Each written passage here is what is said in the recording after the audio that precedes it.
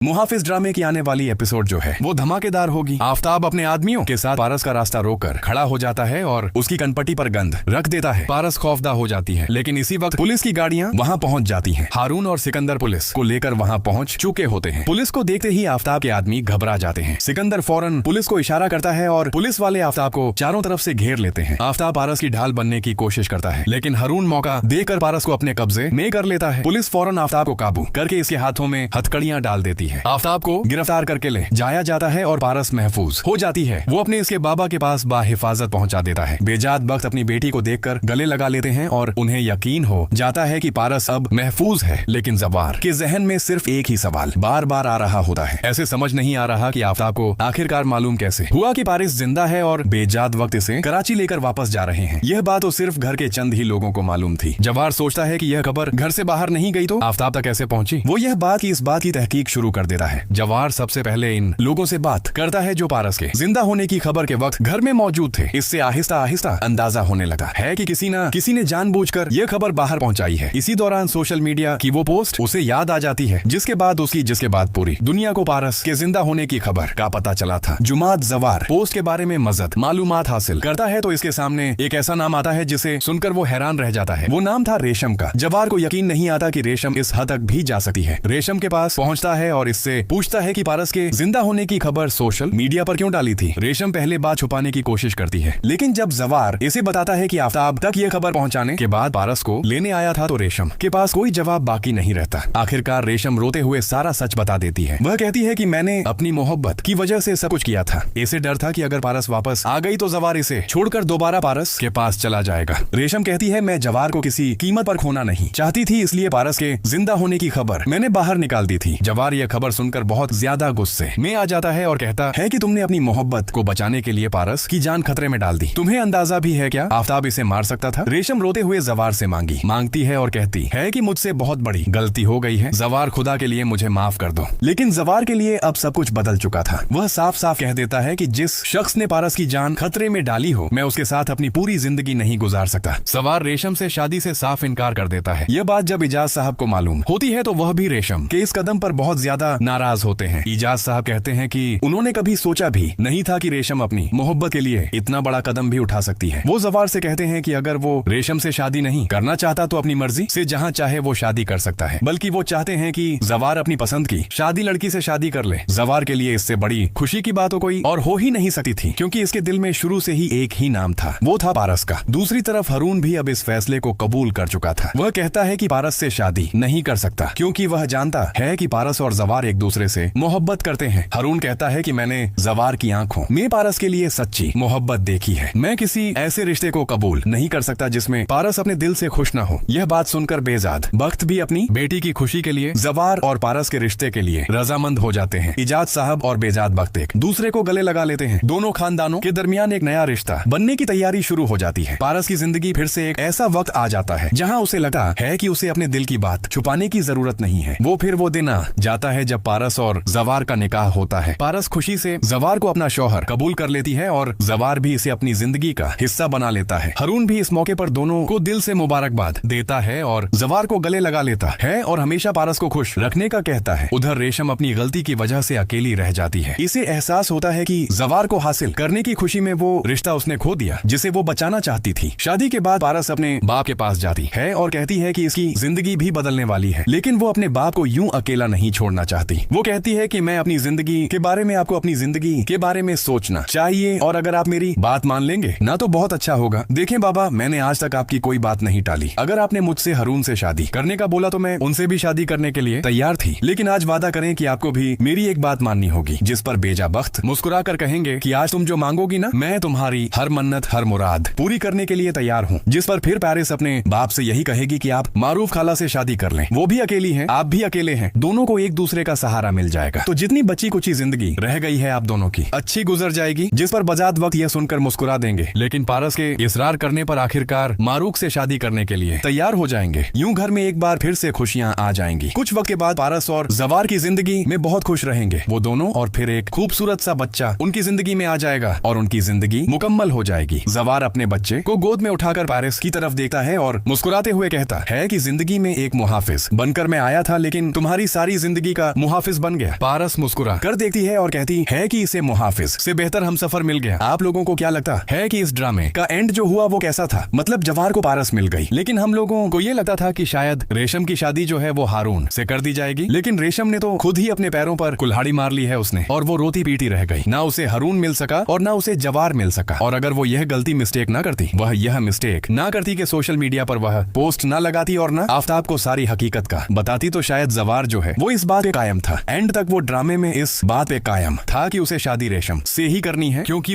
उसने अपने बाप को जुबान दे रखी है और उसके बाप ने आगे रेशम के बाप को जुबान दे रखी है। तो वो इस बात पे कायम था। वो कभी भी अपने बाप के फैसले के खिलाफ नहीं जाता, क्योंकि उसने इससे पारस से भी यही कहा था कि मैं तुमसे मोहब्बत करता हूँ, दिलो जान से तुम्हें चाहता हूँ, लेकिन मैं तुम्हें अपना नहीं सकता। तो उसने खुद ही अपने पैरों पर कुल्हाड़ी मारी थी। और आप लोगों को क्या लगता है कि रेशम के साथ ऐसा ही होना चाहिए था? वो ऐसा ही डेर्व करती थी और आफ्ताब जो है वो जेल में पहुंच जाता है। पुलिस उसे अरेस्ट कर लेती है। दूसरी तरफ वहाब दुरानी भी जेल में है। दोनों को उनके किए की सजा मिल जाती है। दूसरी तरफ शाहीन जो है वो बहुत ज्यादा माफिया मांगेगी आके कि ना अब मेरा बेटा भी जेल में चला गया और नदीम भी इस दुनिया से रुखसत हो गया, तो मेरे पास तो कोई भी नहीं रहा। लेकिन जो है वो बिजाता वक्त फिर भी अपनी बहन पे यकीन नहीं करेगा और उसे कहेगा कि तुम साथ मिली हुई थी, उन दोनों के साथ मिली हुई थी, और अगर तुम उन दोनों का साथ ना देती ना और तुम इस कंडीशन में होती तो शायद मैं तुम्हें एक्सेप्ट कर भी लेता। तुम्हारा मेरा कोई ताल्लुक नहीं है। तो वह रोती पीटी रह जाएगी, जेलों के चक्कर काटती रह जाएगी और पारस और सवार की जिंदगी में खुशी आ जाएगी। दोनों एक हो जाएंगे और बहुत ज्यादा। फिर आफ्ताब भी बहुत ज्यादा खुश, वो एजाज साहब भी बहुत ज्यादा खुश होंगे, उनकी बहन मरियम भी, और वो मरियम भी इस बात पे फिर एग्री हो जाएंगी कि रेशम जैसी लड़की के साथ वाकई भाई को शादी नहीं करनी चाहिए थी। तो आपको इसका एंड कैसा लगा? बहुत मजा आया इस ड्रामे का, लेकिन एपिसोड बहुत ही ज्यादा कम थे। अब लास्ट के मुझे स्टार्ट में जब ये ड्रामा स्टार्ट हुआ था ना तो इतना इंटरेस्टिंग नहीं लगता था, लेकिन जैसे जैसे फिर ये गांव में आई, इसके साथ जवार के साथ गांव आई, तब यह ड्रामा थोड़ा सा इंटरेस्टिंग हो गया था। उससे पहले जब स्टार्ट के एपिसोड थे ना, सिक्योरिटी गार्ड था यह, इसका मुहाफिज था पारस का, तो अभी इतना ज्यादा ड्रामा इंटरेस्टिंग नहीं लगता था। आप कौन कौन मेरी इस बात से इत्तेफाक करते हो और जरूर बताइएगा कि इसकी एंडिंग आप लोगों को कैसी लगी इस ड्रामे की। तो आप